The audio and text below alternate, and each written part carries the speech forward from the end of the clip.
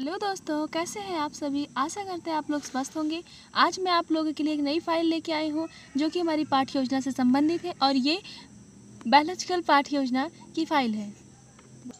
आप सभी देख सकते हैं लेसन प्लान नंबर 1, जहाँ पे जिसको हमें ऐसे लिखना है जैसे विद्यालय का नाम, छात्र अध्यापिका का नाम, प्रकरण, सामान्य उद्देश्य। प्रकरण हमारा कोशिका है, फिर उसके बाद में हमें सामान्य उद्देश्य लिखना है और फिर सामान्य उद्देश्य में 2-4 पॉइंट लिख देना, जैसे छात्रों में विज्ञान विषय के प्रति रुचि उत्पन्न करना, वैज्ञानिक दृष्टिकोण का विकास करना इत्यादि।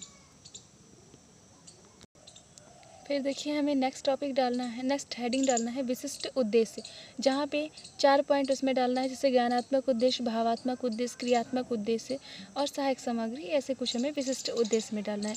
फिर एक हेडिंग पड़ेगी पूर्व ज्ञान, जहाँ पे हम बताएंगे कि छात्र कोशिका के बारे में थोड़ा बहुत जानकारी रखते हैं। फिर हमारी सबसे इम्पॉर्टेंट हेडिंग आ जाती है प्रस्तावना प्रश्न, जहाँ पे क्रम संख्या, फिर छात्र अध्यापिका क्रिया, छात्र छात्रा अनुक्रिया, जिसमें पॉइंट नंबर 1 लिखेंगे जैसे आप सभी पढ़ने के लिए कहाँ जाते हैं विद्यालय में। ऐसे नॉर्मल क्वेश्चन यहाँ पे हमें करना है। विद्यालय का निर्माण किन चीज़ों से मिलकर होता है, बच्चे बताएंगे ईंट, सीमेंट और पत्थर से। ऐसे और भी कुछ जो आपको क्वेश्चन लगेगा ऐसे आप लिख सकते हो, नहीं तो जितना मैंने लिखा है वो ठीक है उतना। लास्ट क्वेश्चन ऐसा करेंगे जहाँ पे बच्चे समस्यात्मक हो जाएंगे, जैसे कोशिका क्या होती है, समस्यात्मक है। अब हमारा टॉपिक इसी से ही संबंधित होगा, कोशिका को एक्सप्लेन करना, उनकी खोज के बारे में बताना जो कि समस्यात्मक है, उसी पे पूरा लेसन प्लान डिपेंड हो जाएगा। फिर उद्देश्य हो जाएगा बच्चों आज हम कोशिका के बारे में विस्तार पूर्वक अध्ययन करेंगे। फिर हमारी इम्पॉर्टेंट हेडिंग आ जाती है पाठ प्रस्तुतिकरण, जहाँ पे हमें 5 कॉलम बनाने होंगे। फर्स्ट कॉलम होगा शिक्षण बिंदु, दूसरा छात्र अध्यापका क्रिया, तीसरा छात्र छात्रा अनुक्रिया, फिर सैंपट कार्य, शिक्षण विधियाँ, जहाँ पे छात्र अध्यापका क्रिया में विकासात्मक प्रश्न होगा, जैसे हमारे शरीर का निर्माण किससे हुआ है, बच्चे बता रहे हैं कोशिका से। सैंपट में भी वही लिखेंगे कोशिका से। विधि कौन सी चल रही है, प्रश्नोत्तर विधि। कोशिका की खोज किसने की है, बच्चे मौन है, उनको नहीं पता है किसने की है, तब हम उसी को अच्छे से एक्सप्लेन करेंगे। फिर आएगा स्पष्टीकरण, जहाँ पे कोशिका और उसकी खोज के बारे में उसकी पूरी व्याख्या होगी, जहाँ पे स्पष्टीकरण में आप देख सकते हैं इसके खोजकर्ता के बारे में बताया गया, कोशिका के अध्ययन को क्या कहते हैं इससे रिलेटेड बताया गया है। और छात्र छात्रा अनुक्रिया में दिखाया गया कि छात्र ध्यानपूर्वक सुनते हैं और ये व्याख्यान विधि चल रही है। फिर जो हमारा विकासात्मक प्रश्न था उसको हमने स्पष्ट किया। अब उसी का ये बोध प्रश्न है, जैसे हमने क्वेश्चन बहुत ही नॉर्मल किया था वैसे ही नॉर्मल क्वेश्चन भी करना है। जैसे कोशिका की खोज किसने की थी, रॉबर्ट हुक ने की थी। कोशिका की खोज कब हुई थी, 1665 में हुई थी। ऐसे क्वेश्चन हमें बोध प्रश्न भी करना है। फिर हमारा दूसरा विकासात्मक प्रश्न आता है, जहाँ पे हम क्वेश्चन कर रहे हैं कि मानव शरीर की सबसे छोटी क्रियात्मक और रचनात्मक इकाई क्या कहलाती है, बच्चे बता रहे हैं कोशिका कहलाती है। और सैंपट में भी लिखना है कि कोशिका। विधि कौन सी चल रही है, प्रश्नोत्तर विधि।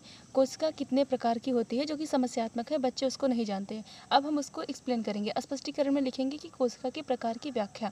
कोशिका 2 प्रकार की होती है, यूकैरियोटिक प्रोकैरियोटिक कोशिका और यूकैरियोटिक कोशिका। जहाँ पे लिखेंगे प्रोकैरियोटिक कोशिका ऐसी होती है जिसमें छात्र ध्यानपूर्वक यहाँ पे देख लीजिए, आप सुनते हैं और लिखते हैं। व्याख्यान विधि चल रही है, नेक्स्ट पेज में बताते हैं।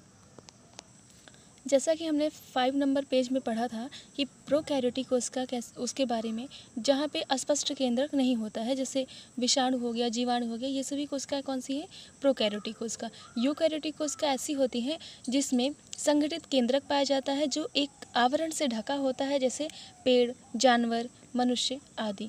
अब जो हमने स्पष्टीकरण किया है उसी से संबंधित बोध प्रश्न करेंगे। ध्यान रखिएगा, बोध प्रश्न ऐसा ही करना है जो हमने स्पष्टीकरण में जिसकी व्याख्या की हो, स्पष्टीकरण के तौर पे जिसको बढ़िया से समझाया हो। जैसे अब हम बोध प्रश्न कर रहे हैं, कोशिका कितने प्रकार की होती है, जिसको हमने बच्चों को बताया था 2 प्रकार की, तो बच्चे बताएंगे 2 प्रकार की। सैंपट कार्य में भी 2 प्रकार लिखना है और फिर विधि में प्रश्नोत्तर विधि।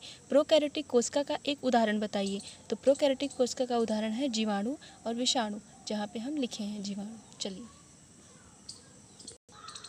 फिर हमारा 7वें नंबर पेज पे आता है सैंपट कार्य, जहाँ पे दिनांक, प्रकरण, कक्षा, विषय, इन सभी चीज़ों को डालना है। प्रकरण में कोशिका डालना है, खोज शॉर्ट फॉर्म में ही सब कुछ लिखना है। जैसे रॉबर्ट हुक ने 1665 में कोशिका के प्रकार, प्रोकैरियोटिक कोशिका, यूकैरियोटिक कोशिका, फिर अमीबा जैसे वहाँ पे बना दिए हम। और एक कोश के जीव जिनमें एक कोशिका हो, बहुकोश के जीव जिनमें एक से अधिक कोशिका हो। फिर हमारा नेक्स्ट हेडिंग आता है मूल्यांकन प्रश्न, जहाँ पे हम नॉर्मल क्वेश्चन करेंगे, जैसे कोशिका की खोज किसने की थी, कोशिका कितने प्रकार की होती है, प्रोकैरियोटिक कोशिका किसे कहते हैं, बहुकोश के जीव के बारे में बताइए। नंबर 5 है प्रश्न नंबर 5, एक कोश के जीव किसे कहते हैं।